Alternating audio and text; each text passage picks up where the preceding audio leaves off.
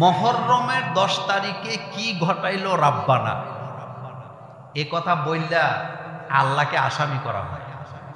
কাকে আসামি করা হয়? মুহররমের ঘটনা যে ঘটবে এটা আগেই জানে কে? আসতে কর। ইমাম হুসাইন যে শহীদ হবে রাসূল সাল্লাল্লাহু আলাইহি ওয়াসাল্লাম এটা ভবিষ্যৎবাণী করে গেছে। এটা আমাদের দেশে অনেকে এই ব্যাপারে গবেষণা করেন না। রাসূল সাল্লাল্লাহু আলাইহি ওয়াসাল্লাম ভবিষ্যৎবাণী করে গেছেন তিনি যে শহীদ হবেন। ভবিষ্যৎবাণী করছে কি? ইঙ্গিত দিয়ে গেছে রাসূল যে শহীদ হবেন। আচ্ছা বলেন তো, হযরত ওমর রাদিয়াল্লাহু আনহু শহীদ হয় নাই? কথা কোন না, হয়েছে কি না? সুতরাং শহীদ হওয়াটা রাসূলের নাতি হিসাবে এটা রাসূল আগে ইঙ্গিত দিয়ে গেছে তিনি শহীদ হবেন এবং তিনি যে হকের পক্ষে শহীদ হবেন এই ঘোষণাও রাসূল সাল্লাল্লাহু আলাইহি ওয়াসাল্লাম দিয়ে গেছে।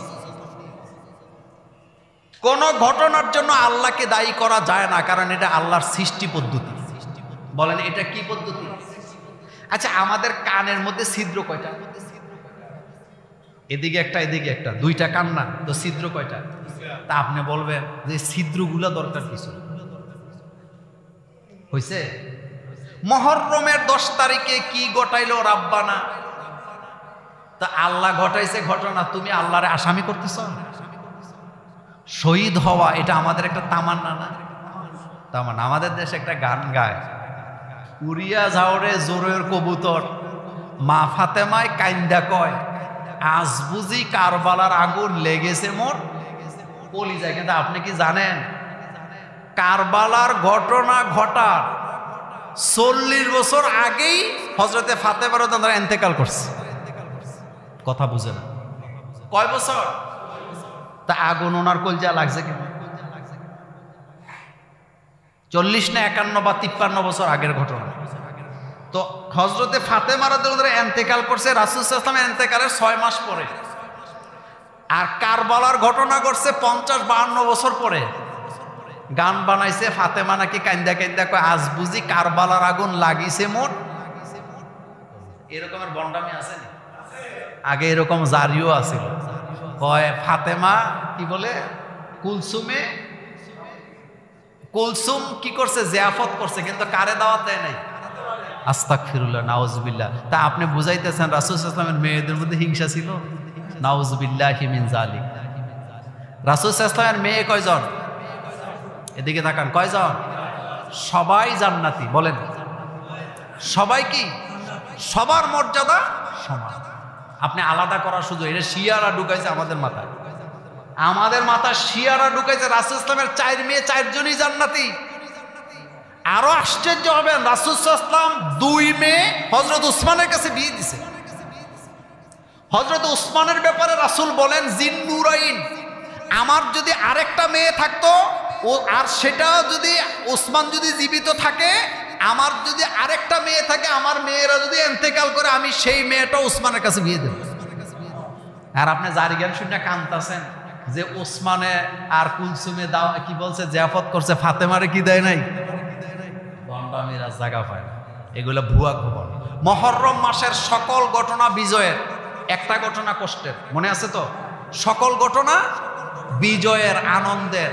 এই যে মুহররমের রোজা যেটা রাখেন, এটা কিন্তু বিজয়ের আনন্দে রাখা হচ্ছে। এটা মুহররমের কষ্টের জন্য রোজাটা রাখা হয় নাই। কারণ মুহররমের কি বলে কারবালার কষ্টের জন্য রাখা হয় না। কারবালার ঘটনা ঘটছে আগে না মুহররমের রোজা আসছে আগে? মুহররমের রোজা আসছে আগে। তো যাই হোক, আজকে আমি আপনাদের সামনে কয়েকটি গুরুত্বপূর্ণ বিষয় বলবো। প্রথম কথা হলো, মুহররম মাস আসলে আমাদের দেশে বেদাতীরা মাথা চারা দিয়ে ওঠে। তারা মূলত শিয়াদের অনুসারী। কাদের অনুসারী? শিয়াদের অনুসারী। এই যে হাই হোসেন করে চিল্লানো, বুকের মধ্যে থাপড়ানো, রক্তপাত করা, ইচ্ছা করে শরীরে রক্ত জড়ানো, এগুলো শিয়াদের আকীদা। আহলুস সুন্নাহ ওয়াল জামাতের আকীদার সাথে এগুলোর কোনো মিল নাই। যেমন আপনাদেরকে সহজে বুঝাই, কেউ মারা গেলে চিৎকার করে বিলাপ করতে ইসলামের নিষেধ করছে নাকি করেন? কিন্তু হুসাইন রাদিয়াল্লাহু তাআলা আনহু তিনি কত আগে শহীদ হয়েছেন, তার শহীদ আমাদের জন্য কষ্টের, কিন্তু তিনি চলে গেছেন 1400 বছর পরে এসে বা 1300 বছর পরে এসে তার জন্য নিজের শরীর থেকে রক্ত ঝরানো, নামাজ না পড়া, ইসলাম না মাইনা, কোরআন না মাইনা, এটা পাগলামি ছাড়া আর কিছু হতে পারে না। এই মুহররম মাস মুসলমানদের জন্য অবশ্যই একটি গৌরবের মাস, এটা আনন্দের মাস। রাসূল করিম সাল্লাল্লাহু আলাইহি সাল্লাম মক্কা থেকে মদিনায় হিজরত করলেন। যাওয়ার পরে তিনি দেখলেন মদিনাতে ইহুদিরা রোজা রাখতেছে। কি রাখতেছে? রোজা। রাসূল সাল্লাল্লাহু আলাইহি ওয়াসাল্লাম বললেন, রোজা রাখতেছে কেন? কয় মুহররমের 10 তারিখ। কেন রাখতেছে? তারা বলতেছেন যে এই দিনে হযরতে মূসা আলাইহিস সালাম তিনি ফেরাউনের বিরুদ্ধে বিজয় লাভ করছেন। কার বিরুদ্ধে? এই কারণে শুকরিয়াতান ইহুদিরা এই দিনে রোজা রাখে। রাসূল সাল্লাল্লাহু আলাইহি ওয়াসাল্লাম বলছেন, ইহুদিরা মূসা আলাইহিস সালামের বিজয়ের কারণে রোজা রাখে, অথচ ইহুদির চাইতে মূসা আলাইহিস সালাম আমি মুহাম্মদ সাল্লাল্লাহু আলাইহি ওয়াসাল্লামের বেশি নিকটবর্তী। সুতরাং আমরাও কি রাখবো? রোজা রাখবো। তবে রাসূল সাল্লাল্লাহু আলাইহি ওয়াসাল্লাম যখন জানতে পারলেন যে ইহুদিরা রোজা রাখে একটা, রাসূল তখন ঘোষণা দিলেন, তোমরা রোজা রাখবা কয়টা? 2টা। রোজাটা কেন রাখবেন, সওয়াব কি, এটা আমি পরে বলবো। তাহলে রোজাটা মূলত রাখা হচ্ছে মূসা আলাইহিস সালাম বিজয় লাভ করছে কার বিরুদ্ধে? ফেরাউনের। বলেন কার বিরুদ্ধে? ফেরাউন। আচ্ছা, ফেরাউন সে কি একজন দোকানদার ছিল? জোরে বলবেন। সে কি এলাকার সর্দার মাতাব্বর ছিল? সে কি পুলিশের লোক ছিল? সে কি আর্মির লোক ছিল? সে কি চেয়ারম্যান ছিল? সে কি মেম্বার ছিল? সে কি ছিল? একজন স্বৈর শাসক। বলেন, জোরে বলবেন। কি? যে জনগণের উপরে নিজের মন গড়া আইন কানুন চাপায় দিত। তাহলে বোঝা গেল স্বৈর শাসকদের বিরুদ্ধে যুদ্ধ করা, জেহাদ করা যুগে যুগে আল্লাহ এটা আমাদের জন্য ফরজ করে রাখছে। ফেরাউন কিন্তু কোনো মানুষের নাম না, এটা হলো উপাধি। এটা কি উপাধি? ফারাউন মানে যারা মানুষের উপরে মন গড়া আইন কানুন চাপায়া দেয়। এবং আপনারা আশ্চর্য হবেন, যুগে যুগে যে এরকমের ফেরাউন আসতেই থাকবে, এই কথাটা মোল্লার না আল্লাহ? হযরতে মূসা আলাইহিস সালাম ফেরাউনের বিরুদ্ধে যুদ্ধ ঘোষণা হলো, জেহাদের ময়দানে অবতরণ করলেন। ফেরাউন তখন রাষ্ট্র ক্ষমতায়, তার হাতে আর্মি, তার হাতে সেনাবাহিনী। ফেরাউনের সেনাবাহিনীর কথাটাও আল্লাহ কোরআনে বললেন। টোটাল সেনাবাহিনী, লস্কর বাহিনী নিয়ে হযরতে মূসা আলাইহিস সালাম এবং তার উম্মতের উপরে হামলা করলেন। ফেরাউনের লোকেরা অস্ত্রশস্ত্র নিয়ে হযরতে মূসা আলাইহিস সালাম তার উম্মতদেরকে নিয়ে ওই এলাকা থেকে চলে যাচ্ছেন। যেতে যেতে যেতে যেতে এমন এক জায়গায় গেছে, সাগরের কিনারে গেলেন। সাগরের কিনারে যাওয়ার পরে ফেরাউনের লোকেরা 3 দিক থেকে মূসা আলাইহিস সালামের উম্মতদেরকে আক্রমণ করলেন। ফেরাউনের বাহিনী 3 দিকে, মূসা আলাইহিস সালামের উম্মতের সামনে সমুদ্র। আমাদের দেশে একটা ভুল কথা ছড়ায় আছে, সেটা হলো লোকেরা মনে করে ফেরাউন নীল নদীতে ডুবে মরছে। ফেরাউন মূলত নদীতে মরে নাই, ফেরাউন মরছে সাগরে। বলে ফেরাউন মরছে কোথায়? নীল নদী একটা নদী, কিন্তু আল্লাহ কোরআনে নদী বলে নাই, বাহার বলছেন। বাহরুন শব্দের আরবি অর্থ হলো সাগর। ফেরাউন যদি নদীতে পড়তো তাইলে বুঝতাম যে নীল নদীতে পড়ছে। আল্লাহ বলতেছে নদী, নদী বলতেছে না, বাহার বলতেছেন। বাহার, বাহরুন মানে হলো সমুদ্র। ফেরাউন মূলত সমুদ্রের মধ্যে লোহিত সাগরে ডুবে পড়ছে।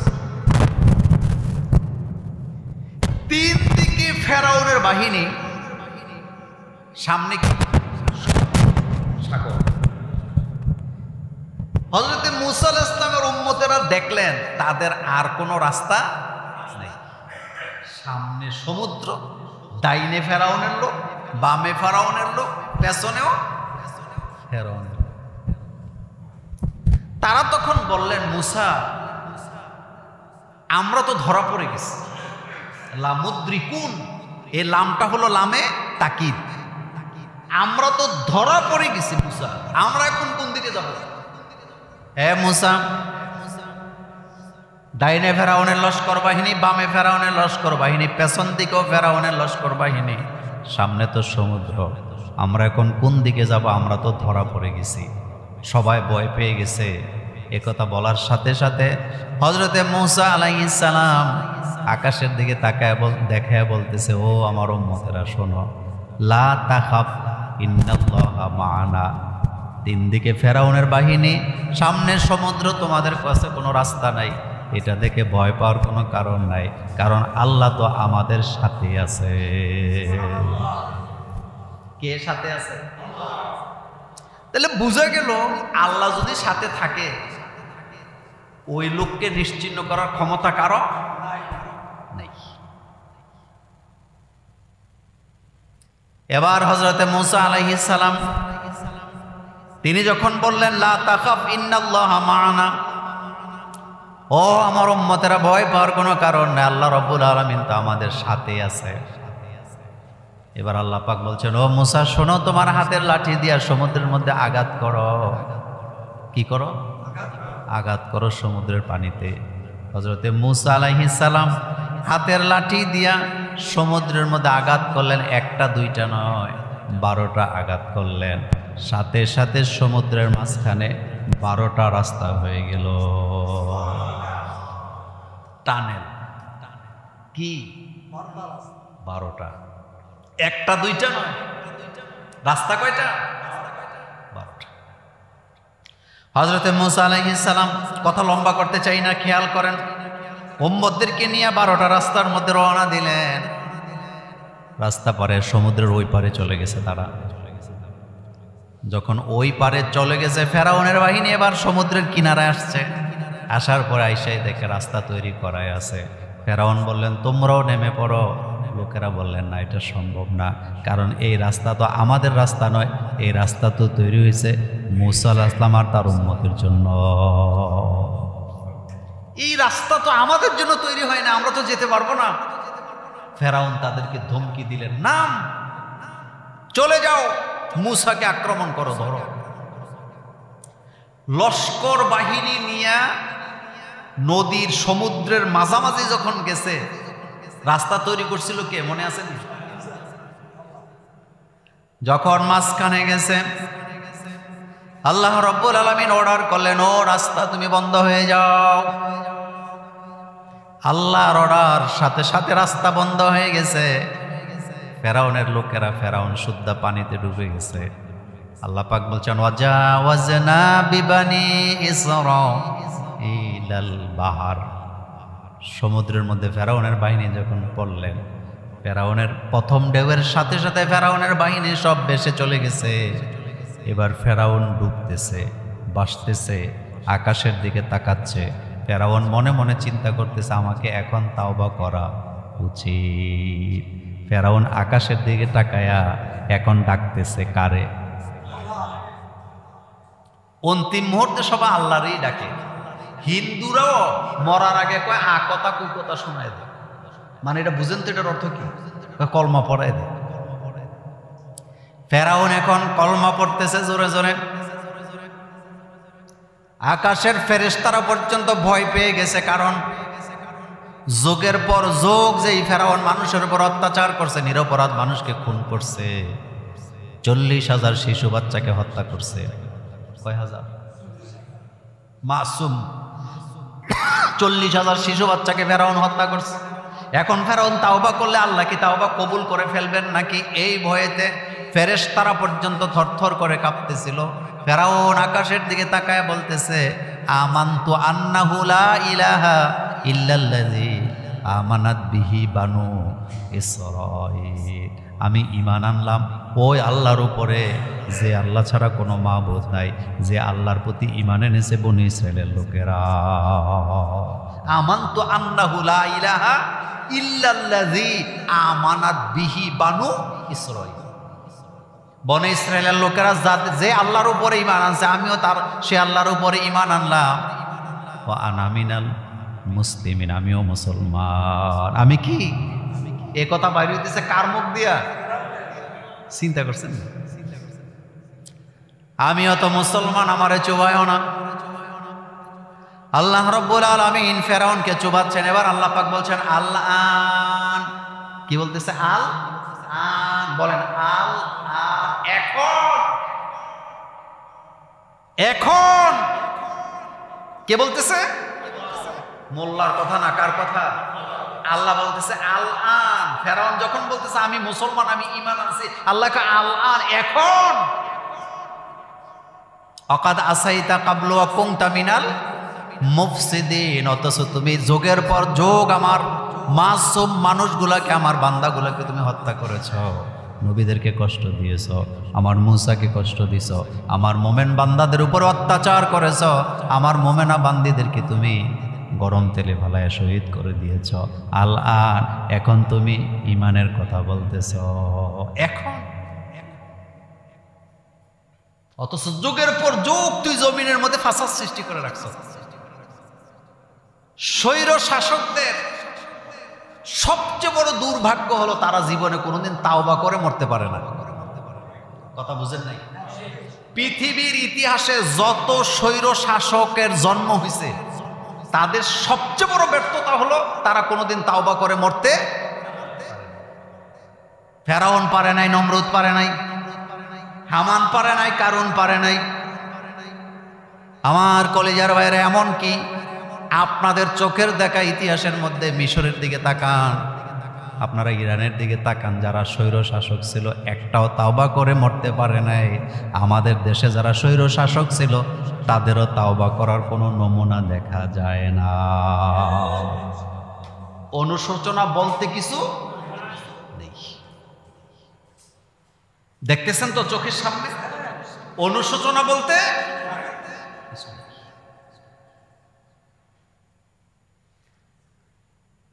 আমার কলেজার ভাইয়ারা, ফেরাউন এবার ডুবতেছে, বাসতেছে। ফেরাউন যখন বলতেছে আমিও তো মুসলমান, আমিও তো ঈমান আনলাম, আল্লাহ পাক বলছে না, হবে না, এখন আর সময় নাই। এবার ফেরাউন এক পর্যায়ে যখন ডুবে যাচ্ছে, আল্লাহ রাব্বুল আলামিন ফেরাউনকে শোনাচ্ছেন, ও ফেরাউন শোন, আলিয়াউমা নুনাজ্জিকা বিবাদানিক, তুই যে পানিতে ডুবে মরে যাচ্ছস, আমি তোর শরীরটাকে বাঁচায় দেব। বলেন, তোরে বাঁচাবো না, কি বাঁচাবো? তোর দেহটা বাঁচাবো। আলিয়াউমা নুনাজ্জিকা বিবাদানিক, আমি তোর দেহটারে বাঁচাই দেব। তোর এই শরীর মাটিতে পচবে না, মিশে যাবে না, পানি পচায় ফেলবে না, পশু পাখি জীব জানোয়ার তোকে খাবে না। এটা কি দোয়া না অভিশাপ? কারো কবর খোঁড়ার পরে যদি লাশ অক্ষত পাওয়া যায়, খুশি হওয়ার কোনো কারণ নেই। কারণ দুই কারণে লাশ পচতে পারে না। একটা হলো আল্লাহর প্রিয় বান্দা হলেও লাশ পচে না, আবার অতি পাপিষ্ট হলেও লাশ পচার সম্ভাবনা নেই। লাশ না পচলেই আল্লাহর ওলি, এটা মনে করার কোনো সুযোগ। ফেরাউনকে আল্লাহ পাক বলতেছেন আমি তোর দেহটারে কি করব? বলেন, জোরে বলেন, কি করব? বাঁচায় দেব। কেন বাঁচাবো? কারণ আছে। কিয়ামত পর্যন্ত তোর মতো যত স্বৈর শাসক আসবে যারা মানুষের উপর অত্যাচার করে, তারা যেন তোর দেহটাকে দেখে দেখে শিক্ষা নিতে পারে। সুবহানাল্লাহ। তারা যেন তোরে দেখা কি নেয়। কিন্তু ফেরাউনের লাশ দেখা স্বৈর শাসকরা কি শিক্ষা নেয়? নেয় না।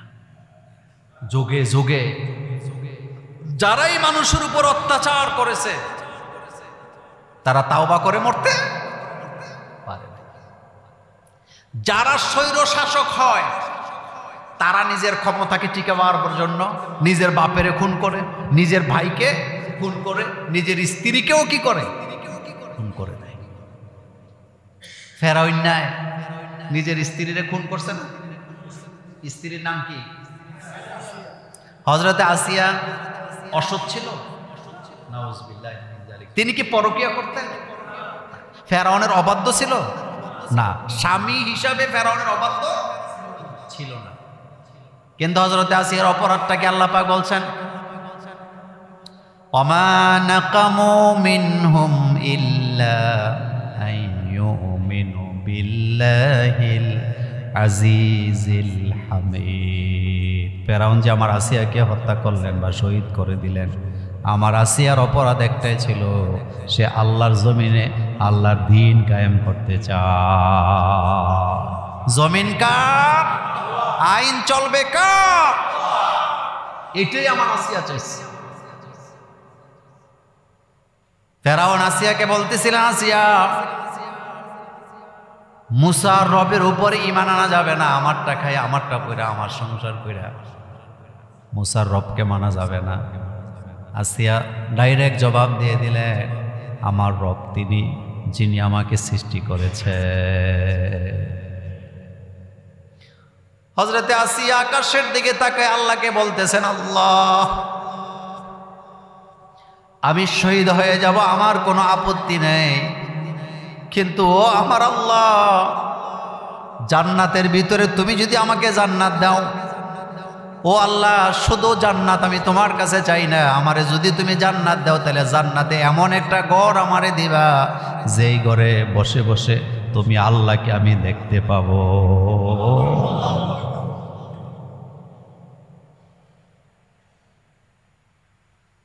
মালিক জান্নাতে একটা ঘর বানিয়ে দিও। এটা কিন্তু কোরআনের সরাসরি আয়াত, এটা কিন্তু নিতান্ত গান নয়। এটা কিসের আয়াত? কোরআনের আয়াত এটা। ও মালিক, আসিয়া বলতেছো, আমার রব, তুমি আমাকে জান্নাতে একটা ঘর বানাই দিও, যেই ঘর থেকে আমি তুমি মালিককে দেখতে পাবো।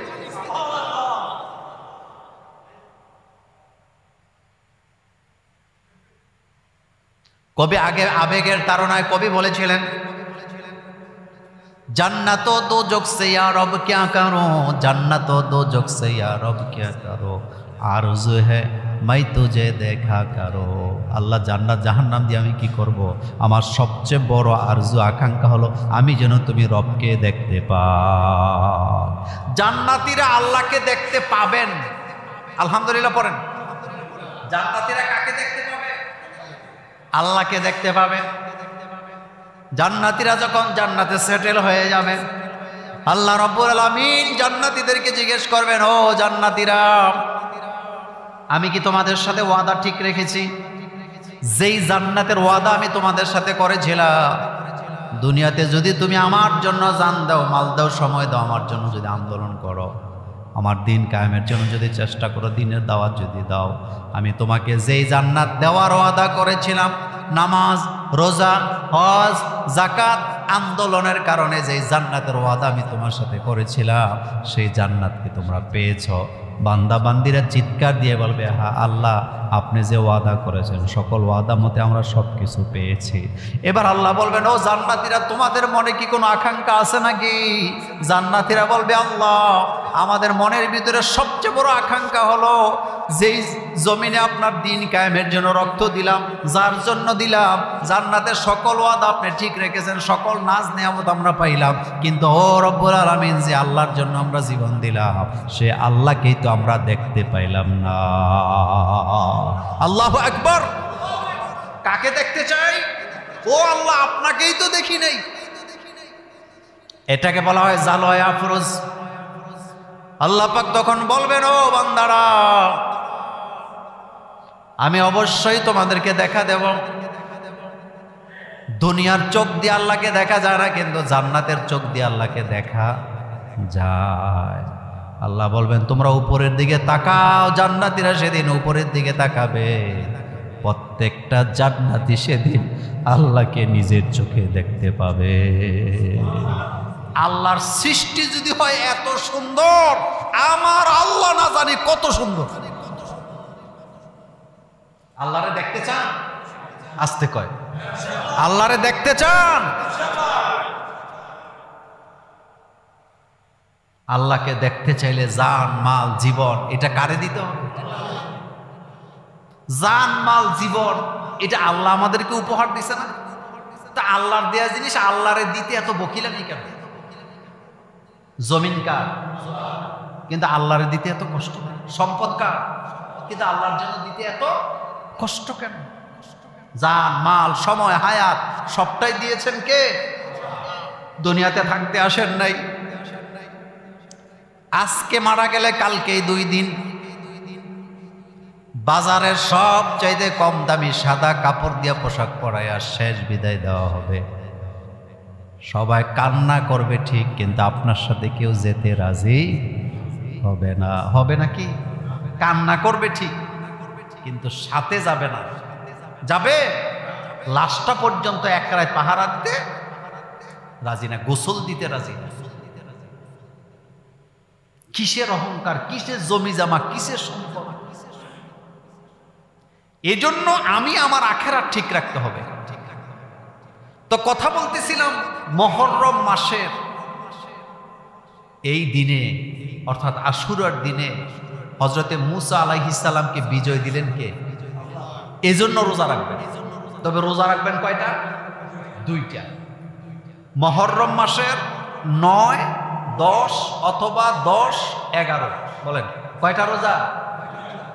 9, 10 অথবা 10। রোজার দাম কত এবার শোনেন। রাসূল কারীম সাল্লাল্লাহু আলাইহি সাল্লাম বলেছেন, রমজানের রোজার পরে আশুরার রোজার চাইতে এত মর্যাদার রোজা আল্লাহর কাছে আর কোনো রোজা নাই। অর্থাৎ রমজানের পরেই কোন রোজার মর্যাদা? আশুরা, আশুরার রোজা। এই দিনে আল্লাহ পাক অসংখ্য নিয়ামত আমাদেরকে দান করেছেন, পৃথিবী সৃষ্টি করেছেন। সনদ দুর্বল।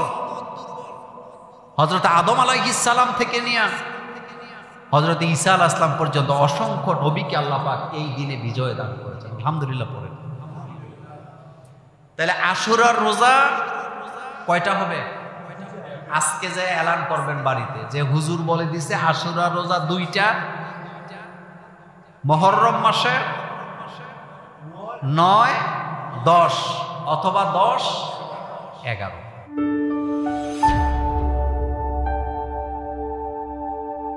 Islamic Tone 24 in charge of the ghetto